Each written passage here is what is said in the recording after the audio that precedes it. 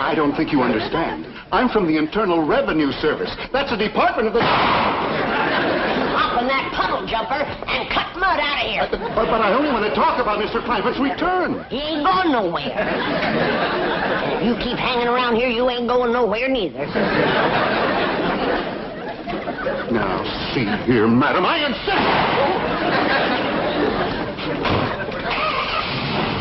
I'll be back.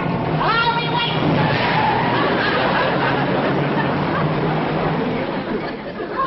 What's all the ruckus, Granny? Who was that? That blame revenuer. Sure? Came right out and admitted it himself. Well, we don't want no trouble with the law. Besides, you said you was going to stop running your still. I ain't been. But I don't want no revenuer snooping around. They're the lowest form of varmints. Even he was ashamed of being one. What? Called it the Infernal Revenue Service. Internal Revenue Service? Well, sit down, sit down. Thank you. Well, now, it's a pleasure to have you visit my struggling little bank. You eh?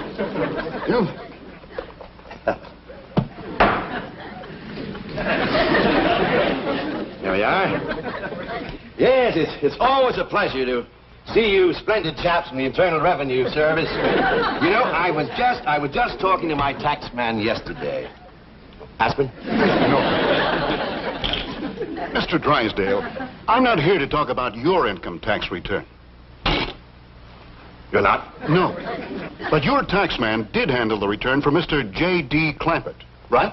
Oh, yes, Mr. Clampett is my largest depositor. Wonderful man, salt of the earth, honest as the day is long. Lovely family. Mr. Drysdale, I was just fired on by a member of that lovely family. Fired on, you mean shot at? With a double-barrel 12-gauge shotgun. Wielded expertly by a little old lady no bigger than this. Granny. Oh, Mr. Landman, you have to understand these people. Oh, I understood her fine. What I don't understand is this. How can a man show an income of millions for last year and not one red penny for all the years previous? Oh, well, I can explain that. Well, the Treasury Department will appreciate it. Now, this is the beautiful mansion you just visited, right? Well, I would hardly call it a visit. Skirmish might be a better word. Here's the house, yes. Hey, Mr. Landman, would you believe that 8 months ago they lived here? No, frankly, I wouldn't. I give you my word. The poorest, most uninformed people imaginable. Like when an oil company tried to explore their swamp, old Jed's daughter hit him with a rock. Thought he was a revenuer.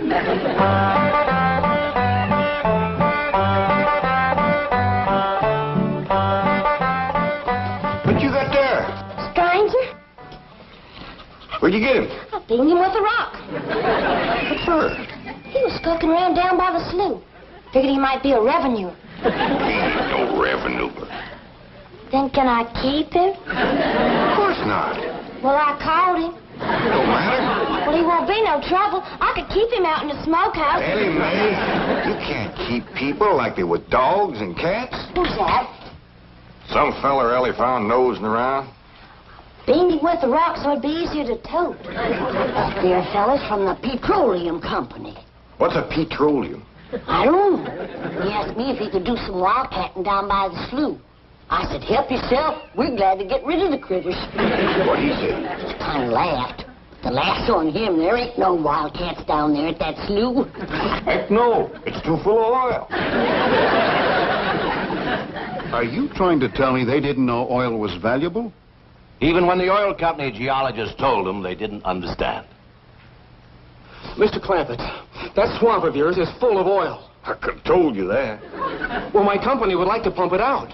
Yeah, I'd like that too, but I just can't afford to have it done. Oh, no, you don't understand. You see, you wouldn't have to pay for it. Oh, I don't take favors from strangers. No, Mr. Clampett, you see, you're a very rich man. Stranger, if money was skunk oil, a hound dog couldn't smell me. It's a swamp. My company will buy that land. While they'll raise so many derricks down there that... Son, I gotta be honest with you, you couldn't raise turnips down there. Right. That ground looks black and rich. But it's so greasy you can just squeeze the oil out of it. But that's what my company wants. maybe you better sit down for a spell. Why, even after Mr. Clampett sold his swamp, he didn't know how much money he'd gotten until his cousin Pearl heard the news and came rushing over. Stop this thing! Stop it! Heaven protect us!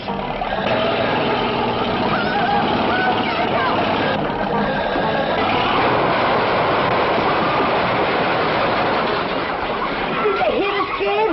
Oh, but I think they sure want the chicken house. I'm sure sorry about the chicken house, but nobody got hurt. Jethro, I told you to get rid of them worn-out brakes. I did, Ma. How come we ain't got none? Get on out and lift the chicken house back on its foundation. Jed? Yeah. Jed, Ellie Mae came running over to my place, and she said you sold the swamp to some oil company. Well, yeah, I guess I did. What did they pay you for it? Well, he ain't paid me nothing yet. That Brewster fella said he'd bring the money later. But how much they going to pay you? Well, he said that'd depend some on how much oil they could pump out. Well, he must have mentioned some figure. What was it? Well, now, Pearl, you know that old swamp one. Well, shucks. Jed Clampett, you got slickered and you're ashamed to admit it. That's just what I told you. Granny, how much they going to pay him? All right, I'll tell you. He said it runs somewhere between 25 and 100. 25 and 100? I know it don't sound like much, but Mr. Brewster seemed to set great store by the fact he's going to pay me in some new kind of dollars. There ain't no new kind of dollars. Well, it's new to me. I've heard of gold dollars, silver dollars, paper dollars, but he said he's going to pay me in, what do you call them, Granny? $1 million. Yeah, that's it. $1 million? Well, he wrote the whole thing out on this piece of paper. Here, you can see for yourself. I don't know nothing about that kind of stuff. Let's see here. Thanks in heaven. Granny, give me the jug. It's empty, but I'll fetch some. I'll go, Granny.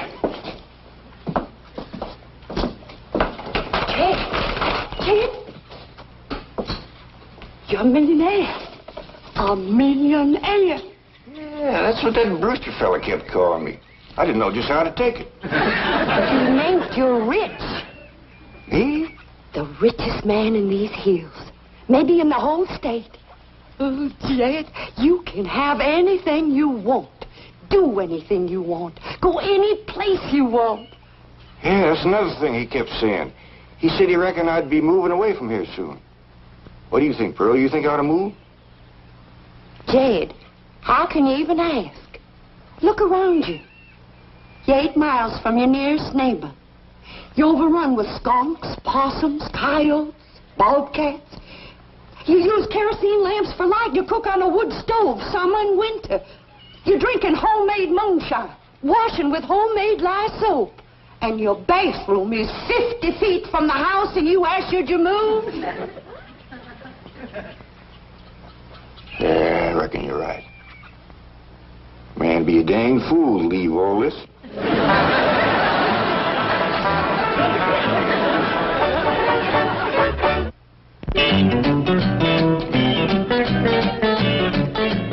You know, Mr. Drysdale, in the Internal Revenue Service, we hear some pretty wild stories. But this corn pone to caviar saga of Jed Clampett tops everything. Well, if you think it's been unbelievable so far, wait until you hear the rest of it. What I can't understand is how a man so insulated from the rest of the world ever heard about Beverly Hills, California. I can explain that in 2 words. Cousin Pearl. She's the one who had her sights set on California. Oh, there you are, Jed. You misunderstood me. I meant you should move away. And you know where I'd go if I was you? Where? California. California? Yes, sir. Beverly Hills, California. I hear tell it's full of millionaires out there. And movie stars, too. In what? Movie stars. Jed, remember the time that your pa took us to Eureka Springs to see the movie picture? Yeah. Well, the actors that make them movie pictures live in Beverly Hills. Go Wow. Yes, sir. Well, doggy. Wouldn't that be something? Living in the same neck of the woods with old Tom Mix. It sure would. And we could come visit you. You know what else they say about California? What? It don't get cold out there. What don't get cold out there? Nothing don't get cold out there. They don't have no snow or no ice. Can't they bring some in? They don't want it. That's why'd be so good for Granny. Remember last winter when she slipped on the ice and broke her hip? Yeah, poor old woman. She was limping for 2 days.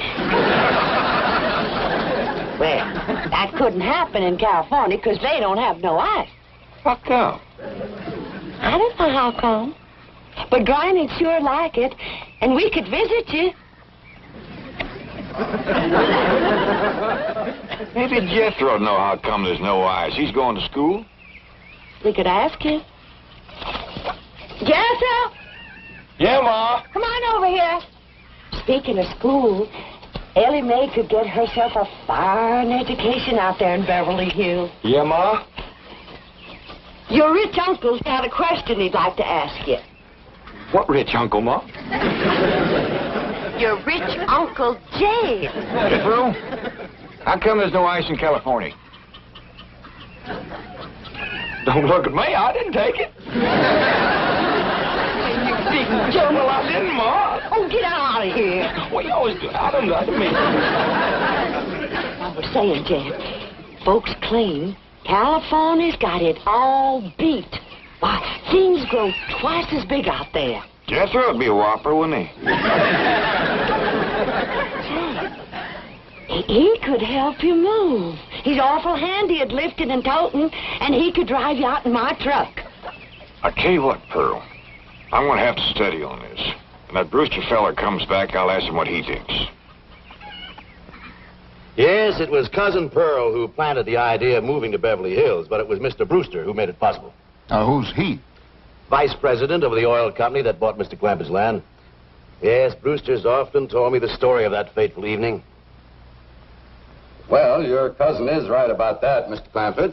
Beverly Hills is a choice residential area, and lots of millionaires do settle there. Folks like me, huh? Well, millionaires. And movie stars, too. Oh, yeah. Is Tom Mix there? No, I'm afraid Mr. Mix is dead. Oh? Oh, yeah. Oh, what's the matter with me? Remember, Pearl, he got shot at the end of that picture. Well, there are plenty other movie stars, and that's where Jed wants to live. Ain't it, Jed? I do like the notion of living in the hills. Never could stand flat country. Mr. Clampett, I think it only fair. That is, well, I think you may have a wrong idea about Beverly Hills. Is that where you live? No, my home is in Tulsa. Well, say, maybe you could get us a place there in your neighborhood. Mr. Clampett, let's not beat around the bush. You will love Beverly Hills. Then that's it. Can you steer Jed onto a good place? No, I can get the bank out there to handle it for him. He'd like a nice big place with plenty of room for his kinfolk to visit him. Well, I would like a nice, roomy place if I could afford it. Oh, Mr. Clampett, with your money, you can afford the Taj Mahal. Okay, I'll take it. Well, no, you see, I was just making a little joke. Oh, well, go right ahead. Well, you see, the Taj Mahal is in India.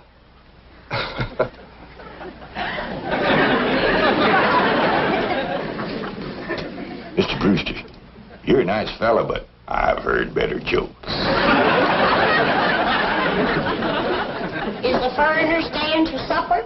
I'm ashamed to say I ain't asked him. How about it? Oh, I don't think so.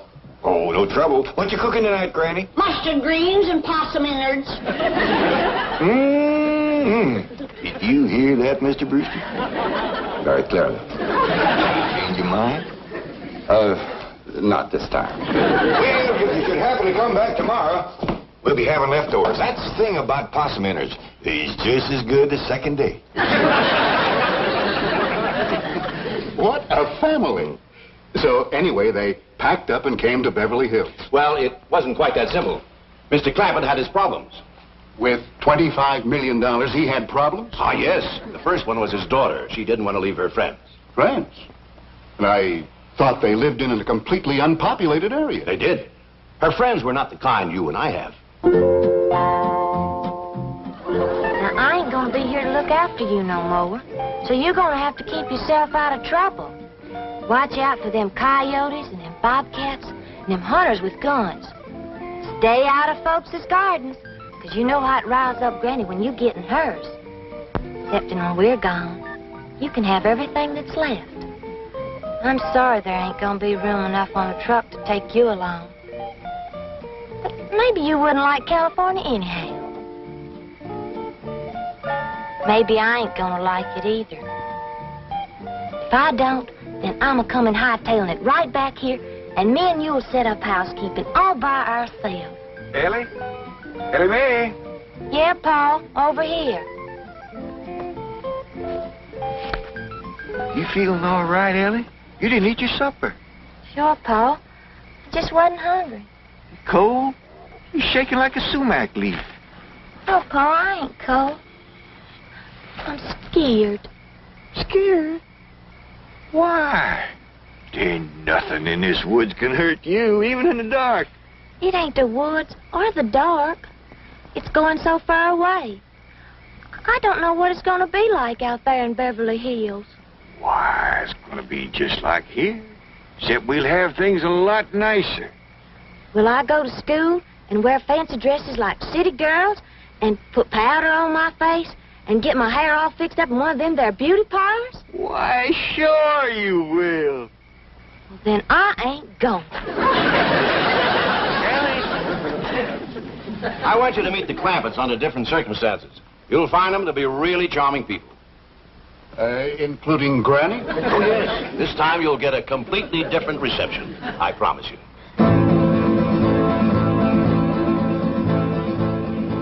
Ellie Mae! You sound the alarm if you see that revenue man coming. I will, Granny. I'll blast him before he gets through that gate.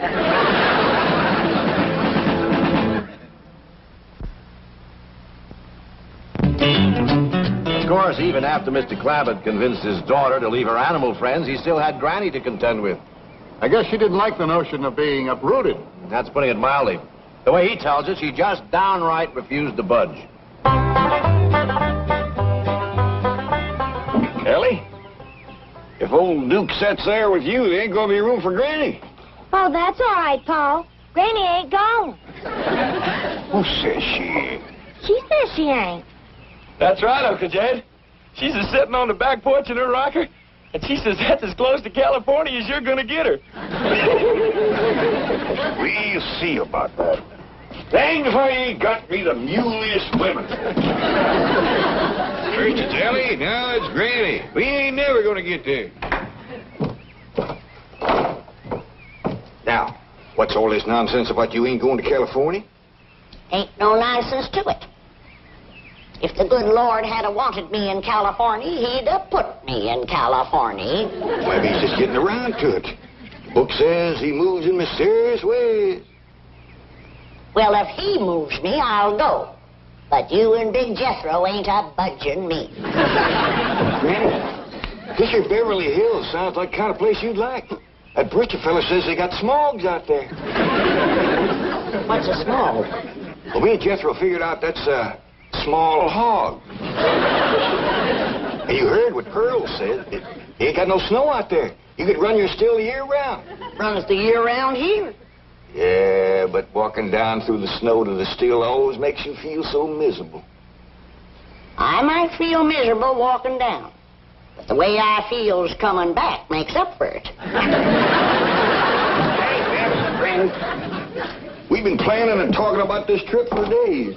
You never said you wouldn't go. Never said I wouldn't either. But that preacher feller has bought us a house in them Beverly Hills. He sent our $25 million to the bank out there. Well, you just chase on out after it. I'm staying right here. And I ain't afeard neither. Granny, I ain't leaving you here alone. And I ain't a budging out of this rocker. Let her roll, Jethro.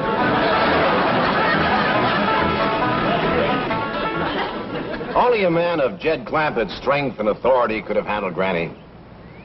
He'll be there when we get to the Clampett place, won't he? Oh, sure, you have nothing to worry about. There's the entrance up ahead. Yes, I know. There's a car stopping at the gate, Granny. They closed the gate since I left. I'll get it. You know, this reminds me of an experience I had when the Clampetts first moved in. I was leaving and found the gates closed.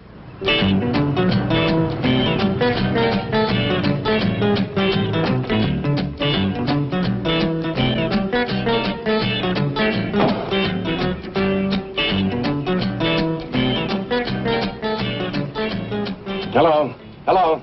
Mr. Clampett, can you hear me? Yeah, I can hear you. Good, good. I need your help. Sounds like you're inside the wall. I am. Would you let me out, please? Well, you bet I will. You stay right where you are. I'll get me an axe and have you out of there in no time. He demolished 10 feet of wall before I could stop him. Granny, Mr. Drysdale's opening the gate. Good. He's leading that revenuer right into a trap.